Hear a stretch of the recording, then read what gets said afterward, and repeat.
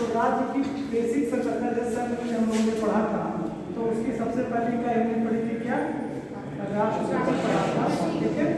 कार्यपालिका के अंदर राष्ट्रपति को पढ़ा था। तो यहाँ पर भी जो सबसे पहले हम पहले पढ़ेंगे क्या है, राज्यपाल के बारे में देखेंगे और उसी क्रम में हम लोग फिर आगे बढ़ते चले जाएंगे। राष्ट्रपति जो होता है वो क्या होता है, कार्यपालिका का प्रधान होता है, ठीक है। और ये राज्यों में देखेंगे तो राज्यों का प्रधान जो होता है कार्यपालिका का, इसमें ऐसे कर सकते हैं जिसको कार्यपालिका का प्रधान होगा, ठीक है। जो भूमिका केंद्र में राष्ट्रपति की होती है वही भूमिका राज्य में राज्यपाल की होती है। तो कुछ एक बात एकदम सिमिलर स्थिति में उसकी आती जाएंगी, सिमिलरिटी सेम रहेगी यहाँ पर, है ना। चलिए स्टार्ट करते हैं। पहले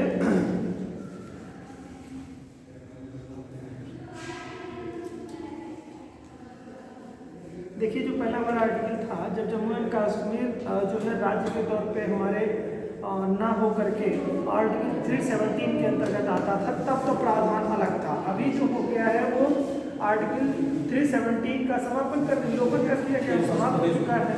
तो अब तो सभी राज्य की श्रेणी में आ जाएंगे, बाकी टेरिटोरी प्रदेश के अंतर्गत यानी सारी चीजें आ जाएंगी, ठीक है।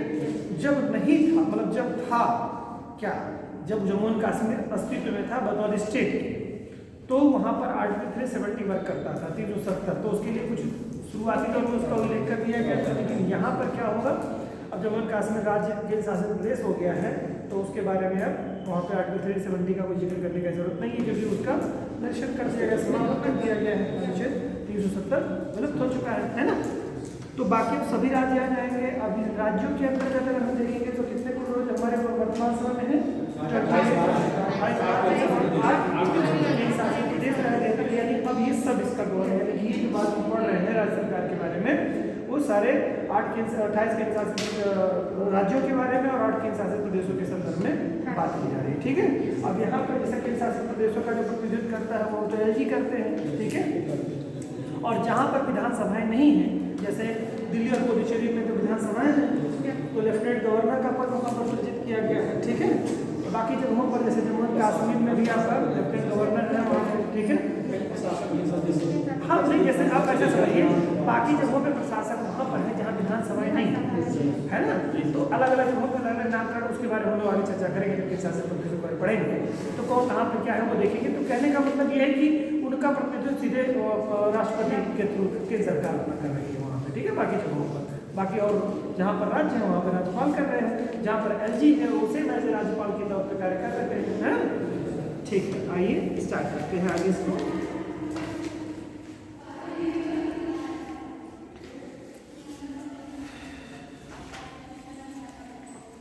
भारतीय संविधान के तहत भारतीय संविधान के तहत आप एक हेडिंग कर लीजिएगा, मतलब जो है राज्य की कार्यपालिका या विधायिका करके, यो विधायिका कर सकते हैं या सीधे आप कर सकते हैं भाग 6 और जो है राज्य, ठीक है। राज्य सरकार के बारे में, तो राज्य सरकार की पहली इकाई में जैसे कहते हैं राज्यपाल होंगे, तो आगे हम सबसे पहले राज्यपाल को पढ़ेंगे, लेकिन थोड़ा इंट्रो कर लेते हैं। भारतीय संविधान के तहत संघ, राज्यों तथा संघ शासित प्रदेशों की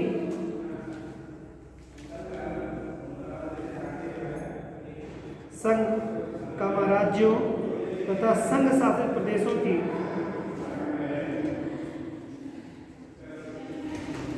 शासन व्यवस्था के लिए अलग अलग प्रावधान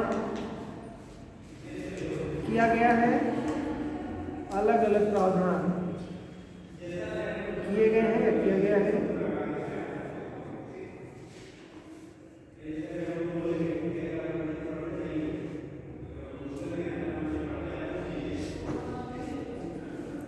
संघ की शासन व्यवस्था के बारे में वही चीज़ें जो पुरानी आपने पढ़ी कि किसके बारे में कहाँ क्या रखा गया है। तो अभी जैसे हम लोग राज्य के बारे में पढ़ रहे हैं, लेकिन थोड़ा सा इसमें समराइज चुकी कर रहे हैं, मतलब पूरी स्टोरी जान रहे हैं। तो उसमें देखेंगे आर्टिकल 51 से लेकर 52 से लेकर के 151 तक संघ के बारे में है, फिर 152 से लेकर के 237 तक जो है राज्यों के बारे में है, फिर इसके बाद केंद्र के बारे में वो बात करेंगे, ठीक है। तो संघ की शासन व्यवस्था के बारे में प्रावधान संविधान के भाग 5 अनुच्छेद 52 से 151 के अंतर्गत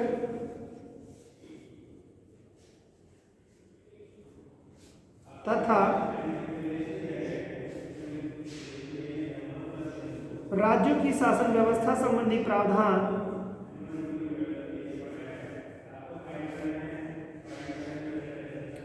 भाग 6 अनुच्छेद 152 से 237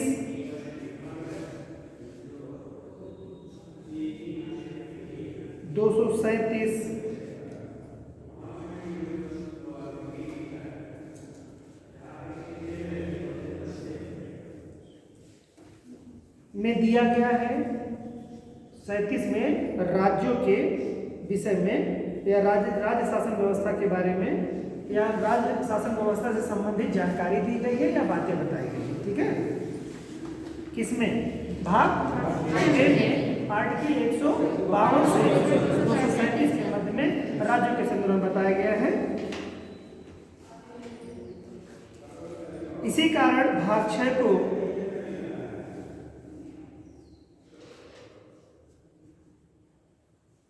राज्यों का संविधान कहा जाता है। भाग 6 को राज्यों का संविधान कहा जाता है।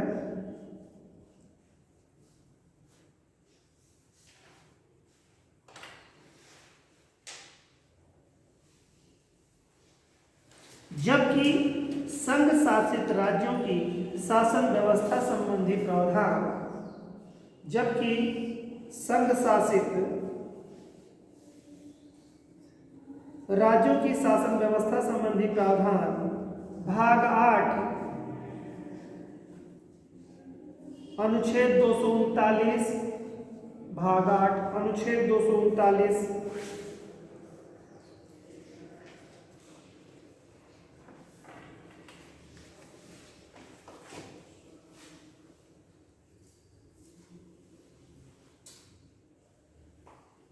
से लेकर 242 में दिया गया है।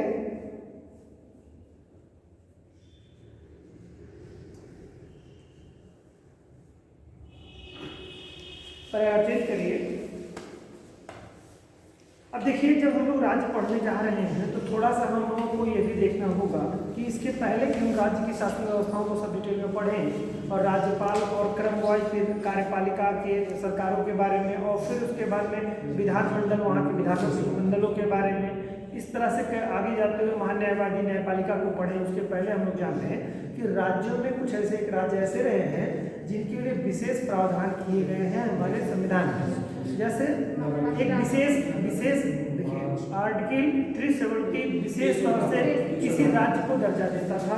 आर्टिकल 370 की बात क्यों आ जाती है? क्योंकि यहाँ पर किसी राज्य जो राज्य है इसके बारे में 370 जो है किसी एक राज्य को विशेष तवज्जो देता था।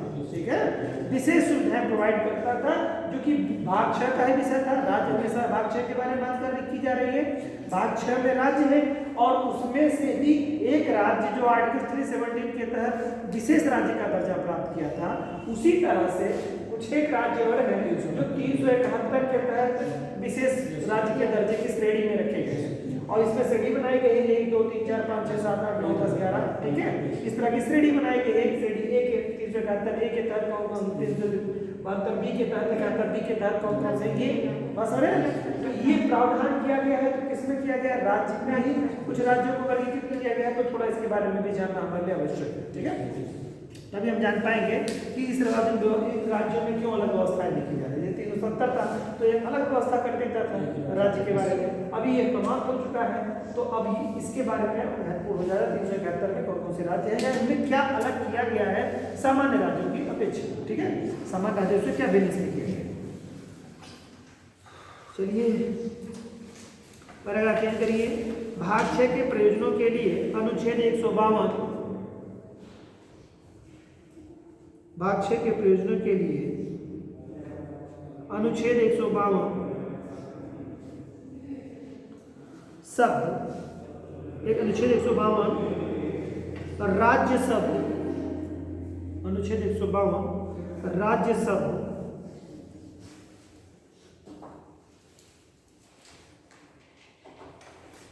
को परिभाषित करता है। राज्य शब्द को परिभाषित करता है जिसके अनुसार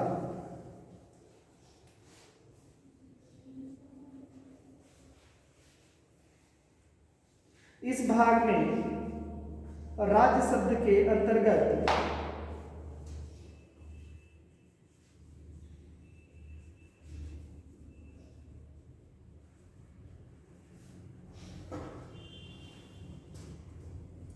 क्या मैं इसमें आर्टिकल देखिए 370 में वहाँ पे छोड़ ही दे रहा हूँ, क्योंकि आप इसके संदर्भ में है ही नहीं। अगर इससे संदर्भित कोई प्रश्न आते हैं आपको तो आप जान लीजिए निश्चित कर दिया गया है, समाप्त कर दिया गया है इसको, तो इसका कोई मतलब नहीं है। तो मैं यहीं पर ही सेंटेंसेस को यहीं पे विराम दे दे रहा हूँ इसके संदर्भ में। अब जो 371 के तहत राज्यों के बारे में है उनके बारे में जिक्र कर लूँगा। आप चाहते तो इसी में 4-6 स्टेटमेंट आप कर सकते थे 370 यानी जम्मू एंड कश्मीर के बारे में, ठीक है।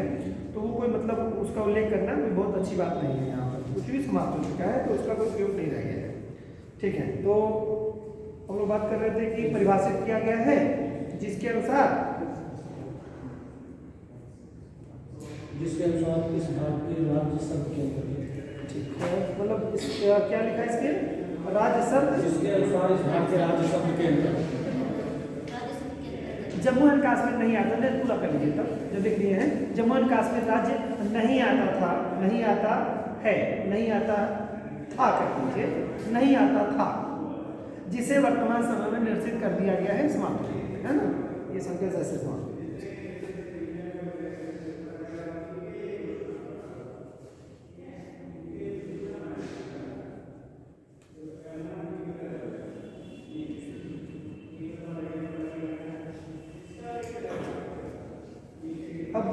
बात कर लेते हैं कि जैसे 370 नहीं आता था, 371 के भी राज्य मतलब जो इसके अंतर्गत तो आते हैं लेकिन विशेष दर्जा प्राप्त है। राज्य के अंतर्गत है, सारा सिस्टम राज्य का कार्य करेगा लेकिन विशेष सुविधाएं को प्राप्त है। और ये विशेष सुविधाएं मूल रूप से वही है कि जहाँ पर जनजाति की संख्या ज़्यादा है, ठीक है। तो जनजातियाँ हैं तो ट्रिब्यूनल्स हैं तो उनके लिए विशेष सुविधाएं दी जाएंगी, क्योंकि वो जंगलों में रहने वाले जनजातियाँ होती हैं तो उनके लिए कुछ विशेष प्रावधान किए गए हैं। चलिए आगे चलते हैं, पैराग्राफ चेक कर लीजिए। संविधान द्वारा, भारतीय संविधान द्वारा या संविधान द्वारा कुछ अन्य राज्यों के संबंध में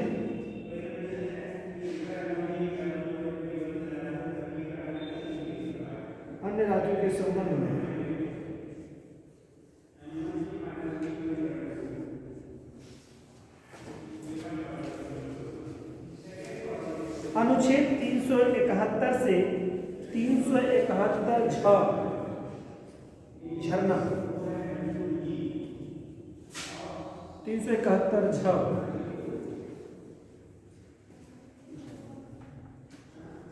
ये कुल 9 प्रावधान हो जाएंगे। 371 से लेकर के आप चलेंगे तो 371 ए बी सी डी इस तरह से क्रम में चलेंगे तो 10 आर्टिकल आपके बनेंगे, ठीक है।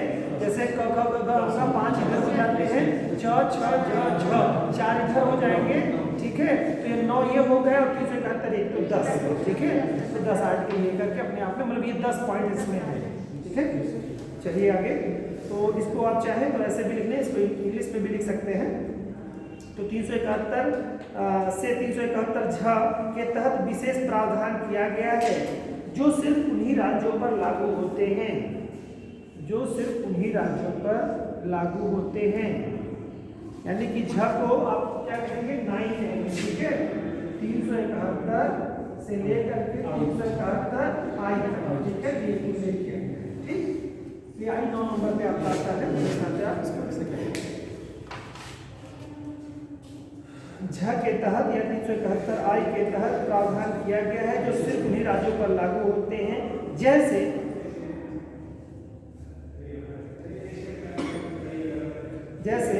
आर्टिकल 371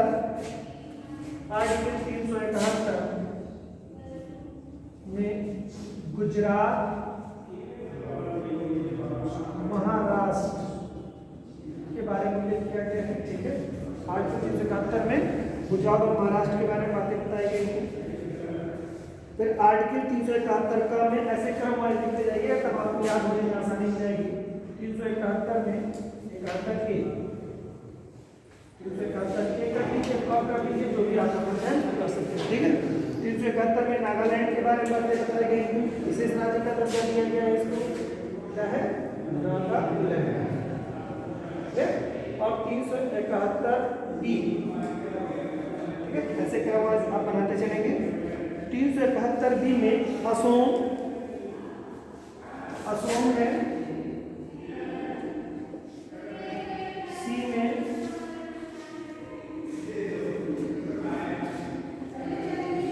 मणिपुर है, 371 सी में मणिपुर, ऐसे क्रम वाइज बनाएंगे। 371 सी में मणिपुर है, 371 घ तथा अंगा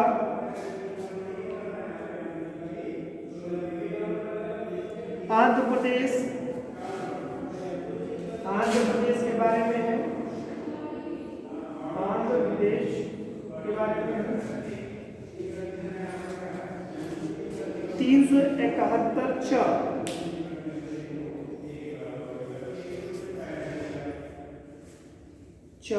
सिक्किम के बारे में है, सिक्किम।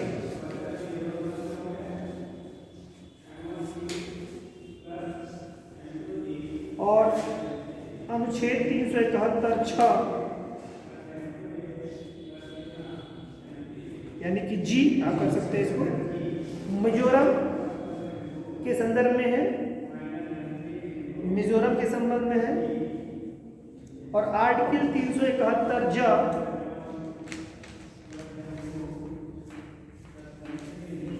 यानी कि 8 यानी एच, अनुच्छेद 371 एच में अरुणाचल प्रदेश के बारे में बात बताई गई है, अरुणाचल प्रदेश के बारे में है। और अनुच्छेद 371 झ आई गोवा के संबंध में विशेष उपबंध करता है, ठीक है। 371 झ में न्याय में गोवा के बारे में बताया गया है। चलिए अब स्टेप की शुरुआत करते हैं हम लोग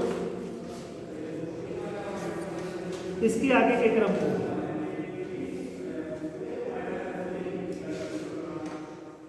तो एक तरह से कहिए कि जो आपका आर्टिकल 152 आपका जो दिया गया है वो किसके लिए प्रावधान करता है? मूल रूप से साधारण बातें बताई गई, इसी हमने कहा गया है इसको 6 भागों में जो बांटा गया है। तो भाग पहला वाला जो इसका भाग है 6 भाग में, इसमें साधारण बताएगा। साधारण कहा गया, साधारण क्यों कहा गया? क्योंकि उसमें यही सब बातें थी। क्या क्या था? आर्टिकल 370 भी था इसी में, 371 भी था इसी में, ठीक है। विशेष राज्यों के बारे में तो कुछ साधारण बेसिक जानकारी इसके संदर्भ में उपलब्ध कराता है। राज्यों के समय राज्य की कैटेगरीज जो बांटी गई है, एक तरह से कहिए राज्य तब 3 कैटेगरी में बांटे गए थे। एक वे राज्य जिनका मतलब जो है जो 370 का प्रतिनिधित्व कर रहा है, दूसरे हुए जो 371 के अंतर्गत आते हैं, और बाकी जो उसके अंतर्गत 70 और 371 के अंतर्गत नहीं आते हैं, ठीक है। वे राज्य तो इस नाते इसका साधारणता में से एक तरह से कहीं परिभाषित करता है, बातें बताता है। इसके बाद में जब शुरू करेंगे तो आपका वही आ जाएगा, कार्यपालिका आ जाएगा, और कार्यपालिका का प्रमुख राज्यपाल होने के नाते राज्यपाल, ठीक है। ये बात थी इसमें, ये अंतर सिर्फ इतना था, है ना। वरना सीधे जैसे वहां पर शुरू हुआ था वही स्थिति यहाँ पर भी शुरू होती, लेकिन यहाँ भाग 1 में साधारण बातें बता दी गई है। साधारण करके इसको भाग 1 को अध्याय में से 5 अध्याय में करता था ना, ये 6 अध्याय, ये पहला अध्याय इसी का प्रतिनिधित्व करता है, ठीक है। राज्यों की जो 3 कैटेगरी तरह से थी, अभी वर्तमान में 2 कैटेगरी रह गई है, एक तो 371, बाकी शेष एक समान सब। चलिए तो करते हैं हम लोग। अब आर्टिकल तो 152 के बारे में आप लोग मालूम हो गया। 152 में यही बातें बताई गई, जैसे 152 में यही तो उल्लेख किया गया, 152 में किया गया, और उसके साथ साथ तब क्या आर्टिकल 70 भी था, तो उसमें जम्मू एंड कश्मीर को तौर पर जो देकर के कार्य ज़्यादा बताए गए थे उसमें, क्योंकि उस समय सबसे ज़्यादा हमारे यहाँ विवादित विषय या एक तरह इंपॉर्टेंट विषय था, उसी के लिए था। क्योंकि इसमें गैर वहाँ की अपनी सरकार हुआ करती थी, वहाँ का अपना झंडा हुआ करता था, वहाँ का तमाम सारी ऐसी सुविधाएं थी जो सामान्य राज्यों से अलग थी, इस नाते ज़्यादा इंपॉर्टेंस रखता था। अभी वो समाप्त कर दिया गया, तो टेरिटोरियल प्रदेश के रूप में उसको दिया जा रहा है, तो बाकी सारा सिस्टम सारा वहाँ पे आ गया। अब यहाँ पर विशेष रह गया वही जो अतिरिक्त जनजातियाँ रखने वाले जो राज्य हैं उनके बारे में प्रावधान का रह गया है, तो वो अब उतना इम्पोर्टेंट नहीं रह गया एक तरह से कहिए। अब इम्पोर्टेंट अगर है तो 371 के तहत कौन कौन से राज्य हैं, कौन कौन सी जनजातियाँ हैं और उनके लिए क्या प्रावधान सिस्टम किए गए हैं, वो चीज़ें बस इम्पोर्टेंट आपकी रह जाती हैं। चलिए तो यानी कि 152 आपको पता चल गया। अब 153 में हम लोग आते अनुच्छेद 153। और अगर कहा जाए बच्चों ना कि जैसे अगर साधारण की बात मैंने जैसे कही तो इसमें 152 भी न लेकर के लगभग सारी बातें कह दी गई हैं। सारी बातें कह दी गई तो 237 तक का स्टेटमेंट लगभग करीब इसी में समाई है। किसमें? साधारण स्टेटमेंट जो कह दिए गए हैं, साधारण बातें की वर्गीकरण ये बता दिया गया है ना, तो वहाँ पर जो क्लासिफिकेशन स्टेट्स के हैं राज्यों की कैटेगरी का, तो वहाँ बता दिया। और राज्य कैटेगरी जब बता दी जाएगी तो उसकी शासन व्यवस्थाएं भी उसी में आ जाएंगी सब कुछ, है ना। तो जैसे पृष्ठ होता है, जैसे आप लोग जो विशेष सूची एक तरह से कहिए जारी करते हैं, तो देखते हैं इसमें किस सारे सब्जेक्ट में कहाँ क्या है, उसी तरह से बात यहाँ पर एक तरह से करें। ठीक है, ओके। चलिए 153 पे आ जाते हैं हम लोग, जिसमें राज्यपाल के बारे में बताया जा रहा है हम लोगों का। संघीय कार्यपालिका, तो हेडिंग कर लीजिए बच्चों, कार्यपालिका, राज्य की कार्यपालिका, सॉरी राज्य की कार्यपालिका हेडिंग करिए, उसमें लिखिए राज्य की कार्यपालिका।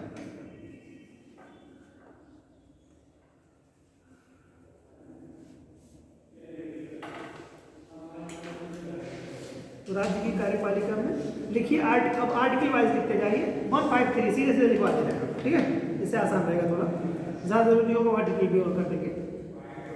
153 ये क्या कहते हैं? ये कहता है राज्यों के लिए एक राज्यपाल होगा, राज्यों के लिए एक राज्यपाल होगा, लेकिन एक ही व्यक्ति होगा, लेकिन एक ही व्यक्ति को दो या अधिक राज्यों के लिए, एक ही व्यक्ति को दो या अधिक राज्यों के लिए राज्यपाल भी नियुक्त किया जा सकता है।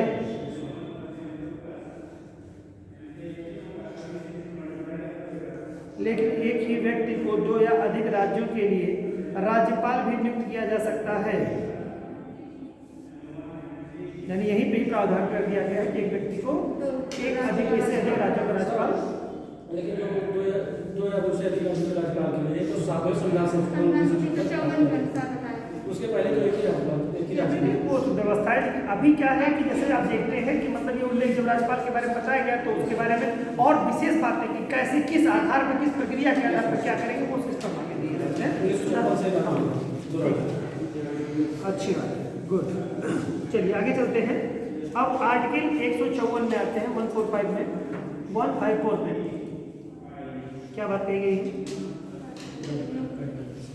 कार्यपालिका का शक्ति से राष्ट्रपति में नियुक्त हुआ व्यक्ति के यहाँ की कार्यपालिका शक्ति राज्यपाल में नियुक्त होगी, यही बात है। राज्य की कार्यपालिका शक्ति राज्यपाल में नियुक्त होगी, अनुच्छेद 154 में राज्य की कार्यपालिका शक्ति राज्यपाल में निहित होगी, राज्य की कार्यपालिका शक्ति राज्यपाल में निहित होगी, जिसका प्रयोग वह संविधान के अनुसार, जिसका प्रयोग वह संविधान के अनुसार स्वयं अथवा संविधान के अनुसार स्वयं अथवा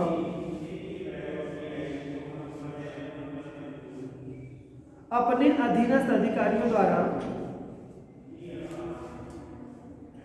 स्वयं अथवा अपने अधीनस्थ अधिकारियों द्वारा करता है।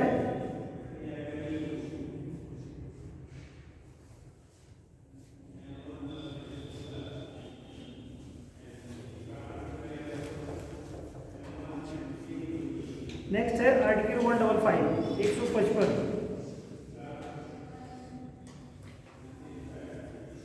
राज्य के राज्यपाल की नियुक्ति, राज्य के राज्यपाल की नियुक्ति राष्ट्रपति अपने, राज्य के राज्यपाल की नियुक्ति राष्ट्रपति अपने हस्ताक्षरियों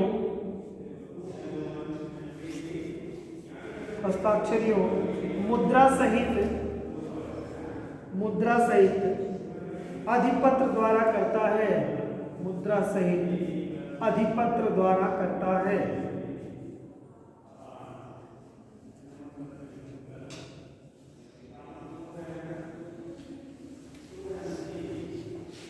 अब नेक्स्ट आर्टिकल है आर्टिकल 156, 156, अनुच्छेद 156।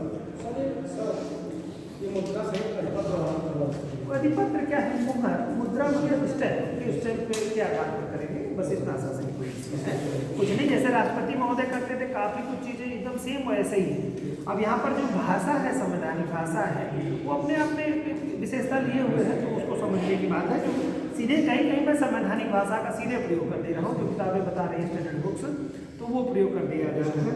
सीधे कहा जाए कि अपनी हस्ताक्षर से करेगा, ठीक है, ये भी हो सकता था वापस मुद्रा सहित अधिपत्र द्वारा, ठीक है, करेगा, ठीक है। राज्यपाल की पदावधि के बारे में है आर्टिकल 156 में, तो लिखिए राज्यपाल की पदावधि, राज्यपाल की पदावधि 155 सॉरी 156 में, इसमें कुछ पॉइंट्स लिखिए क्या है, कब तक पदावधि रहेगी। नंबर 1 है राज्यपाल राष्ट्रपति के प्रसाद पर्यंत पद धारण करेगा, राज्यपाल राष्ट्रपति के प्रसाद पर्यंत पद धारण करेगा, राज्यपाल राष्ट्रपति के प्रसाद पर्यंत पद धारण करेगा।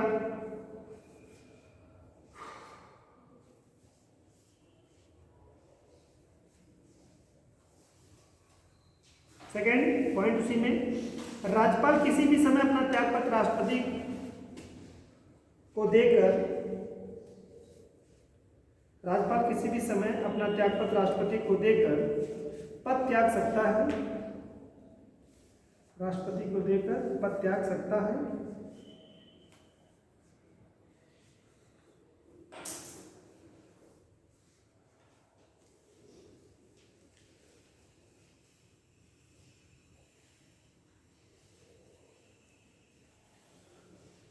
नेक्स्ट पॉइंट है उपर्युक्त उपबंधों के रहते हुए भी, उपर्युक्त उपबंधों के रहते हुए भी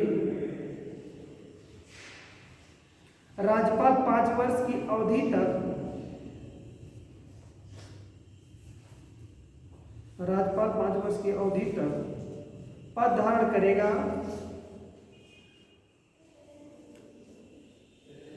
पद धारण करेगा। 5 वर्ष की अवधि के पश्चात भी, 5 वर्ष की अवधि के पश्चात भी जब तक पद पर बना रहता है, 5 वर्ष की अवधि के पश्चात भी जब तक पद पर बना रहता है, तब तक की, जब तक की ऐसे बना रहता है, जब तक, यानी कि जब तक इलेक्ट होकर के, जैसे राष्ट्रपति दूसरे नहीं आ जाते थे तब तक वो राष्ट्रपति महोदय रहते थे, सेम उसी तरह राज्यपाल महोदय भी जब तक अगले राज्यपाल चुन करके नहीं आ जाएंगे तब तक वो वही रहेंगे, ठीक है।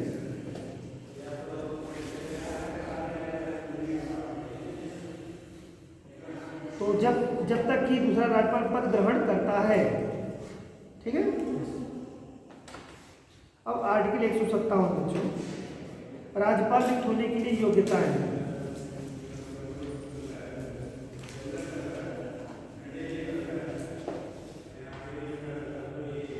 ठीक, योग्यताएं लिखिए। 157 अनुच्छेद 157 करिए, इसमें लिखिए राज्यपाल नियुक्त होने की योग्यताएं, होने के लिए योग्यताएं, पॉइंट्स इसी में लिखिए डिटेल। राज्यपाल नियुक्त होने के लिए कोई भी व्यक्ति जो भारत का नागरिक है, राज्यपाल होने के लिए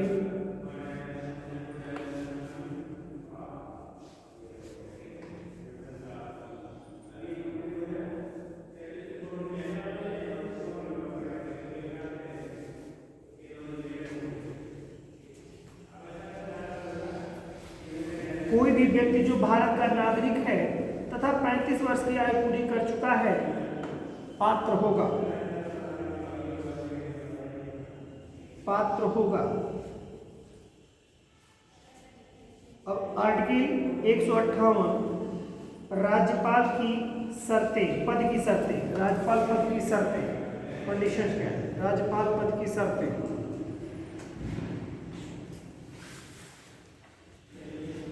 पॉइंट 1 राज्यपाल पद की शर्तें या पद की शर्तें क्या है। पहला है राज्यपाल संसद के किसी भी सदन या किसी भी राज्य की विधानसभा, राज्यपाल संसद के किसी सदन का, राज्यपाल संसद के किसी सदन का तथा किसी राज्य की विधानसभा या विधान परिषद का सदस्य नहीं हो सकता,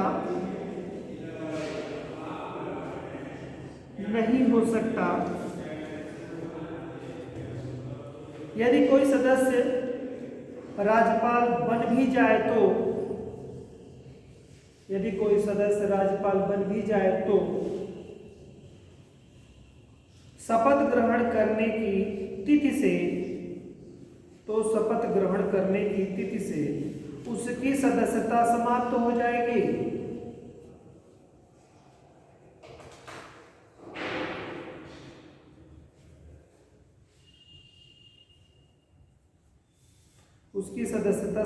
जाएगी। दूसरा पॉइंट, राज्यपाल कोई भी अन्य लाभ का पद धारण नहीं करेगा। राज्यपाल कोई भी लाभ का अन्य पद धारण नहीं करेगा।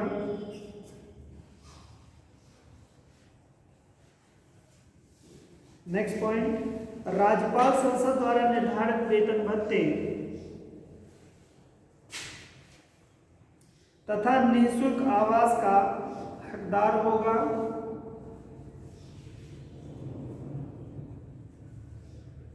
राज्यों में इनके आवास को क्या कहा जाता है? राजभवन कहा जाता है। ठीक है, राजभवन राज्यपाल के लिए होता है। हकदार होगा, निःशुल्क आवास का हकदार होगा।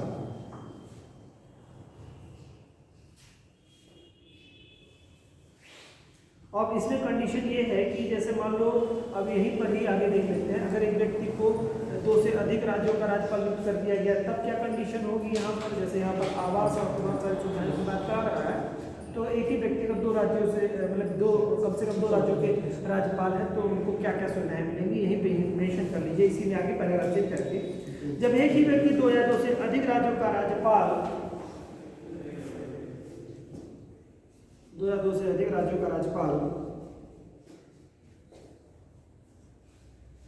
नियुक्त किया जाता है तो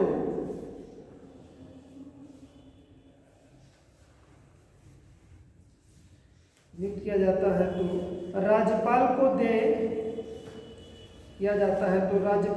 दे उपलब्धियां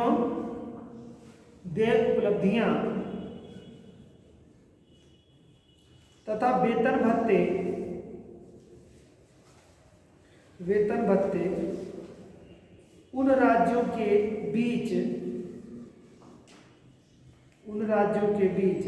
ऐसे अनुपात में बांट दिए जाएंगे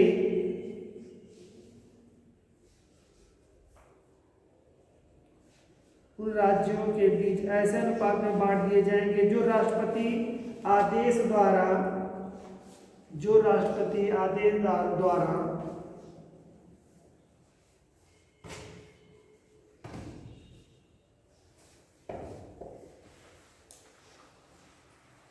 अवधारित करे।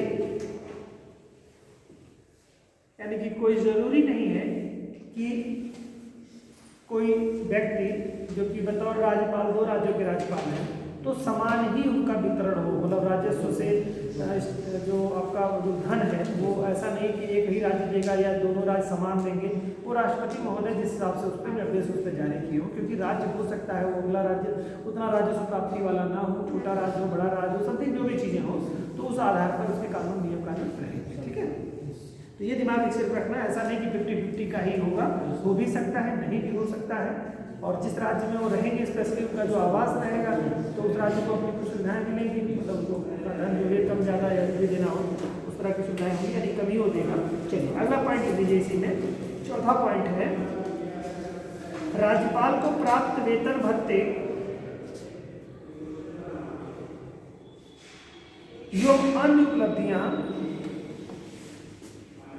राज्यपाल को प्राप्त वेतन भत्ते एवं अन्य उपलब्धियां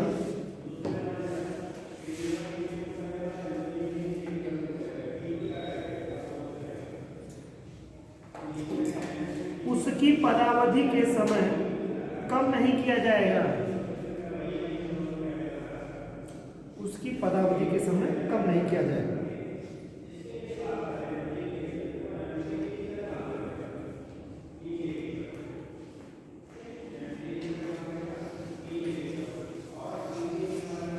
अगला है अनुच्छेद 159 ये शपथ के बारे में है।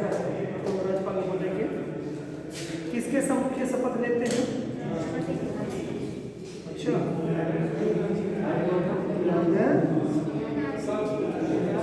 उच्चतम न्यायालय के मुख्य न्यायाधीश।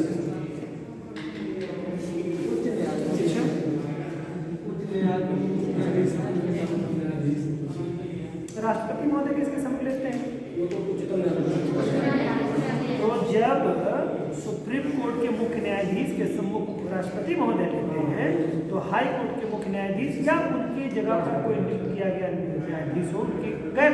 अब ये नियुक्त का मतलब ये होता है कि कहीं गैर उपस्थिति हो, कोई कारण हो, ऐसा कोई परिस्थिति बनती हो कि उस समय वो न्यायाधीश महोदय मुख्य न्यायाधीश महोदय ना हो की स्थिति में या कुछ ऐसी व्यवस्थाएं हो तब दूसरा कोई होता है। तो मोस्टली अगर देखा जाए तो वहाँ पर चीफ जस्टिस हाई कोर्ट और वहाँ पर चीफ जस्टिस सुप्रीम कोर्ट ही होते हैं शपथ दिलाने में, है ना। सबसे बड़े पद पर जो व्यक्ति कार्यपालिका का सबसे बड़ा पद है, जैसे राज्यों में राज्यपाल महोदय हैं और केंद्र में राष्ट्रपति महोदय हैं। तो वो क्या होगा कि मतलब संविधान की शपथ दिलाने वाला संविधान का सर्वोच्च व्यक्ति, क्योंकि उनको कानून जो भी शासन संचालन कराना है वो संविधान के दायरे में रहकर, तो संविधान का जो श्रेष्ठ व्यक्ति होगा वही उनको शपथ दिलाएगा। ठीक है, तो हाई कोर्ट के जो चीफ जस्टिस होंगे वो करेंगे या उनके द्वारा नियुक्त होंगे। चलिए आगे आते हैं। प्रत्येक राज्यपाल का पद ग्रहण करने से पूर्व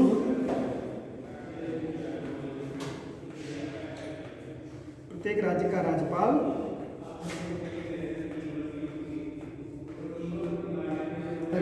का पद ग्रहण करने से पूर्व संबंधित राज्य के हाई कोर्ट के मुख्य न्यायमूर्ति या मुख्य न्यायाधीश, हाई कोर्ट के मुख्य न्यायाधीश अथवा उनकी अनुपस्थिति में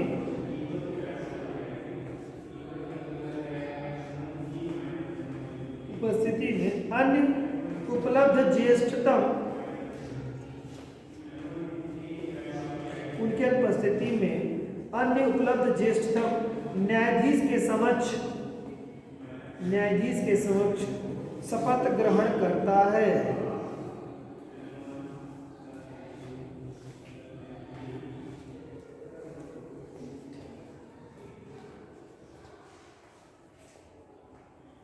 अब राज्यपाल की जो क्षमादान की शक्ति है वो अगला आर्टिकल लोगों का है 161। चलिए आगे करिए। आर्टिकल 161, राज्यपाल को ऐसे किसी अपराध को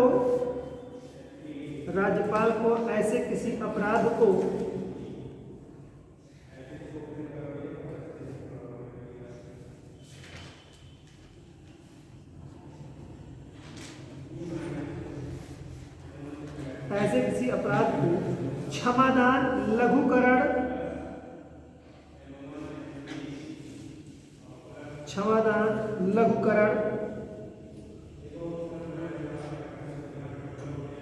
निलंबन,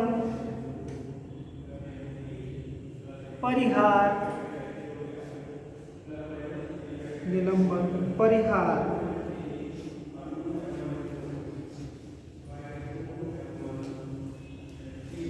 आदि का अधिकार दिया गया है।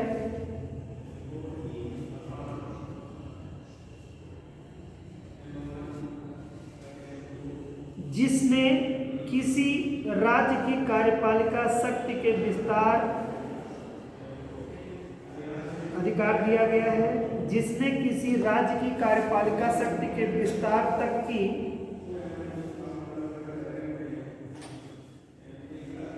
विधि का उल्लंघन किया है,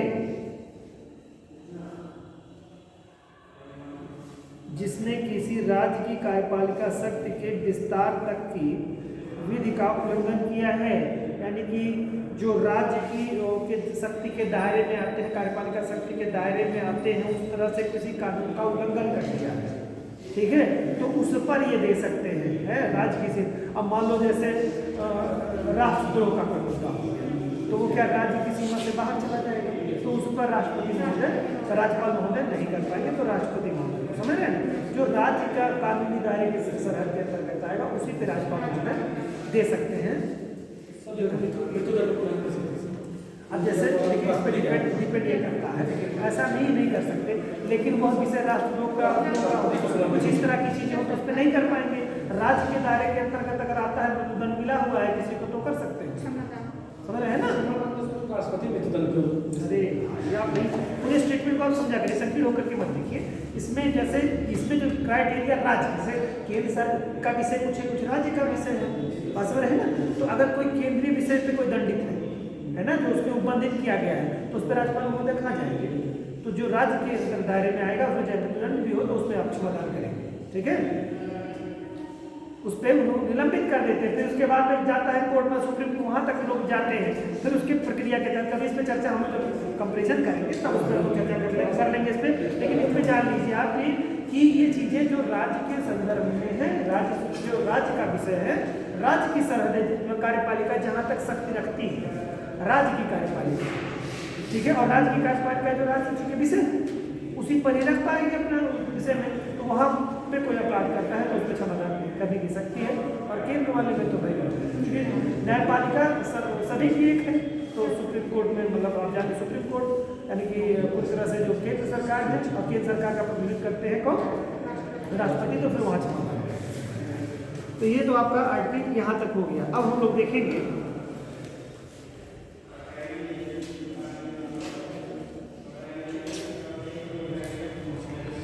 मंत्री परिषद के संदर्भ में। अगला जो हम लोगों का स्टेप होगा वो आर्टिकल 163 के तहत हो जाएगा, वो मंत्री परिषद हम लोग किया जाएगा। तो राज्य की मंत्री परिषद एक हेडिंग कर लीजिए, राज्य की मंत्री परिषद।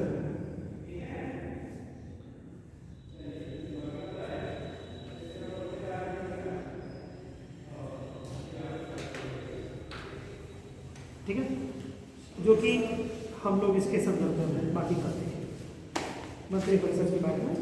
राज्यों की मंत्री परिषद है, इसके संदर्भ में हम लोग करते हैं।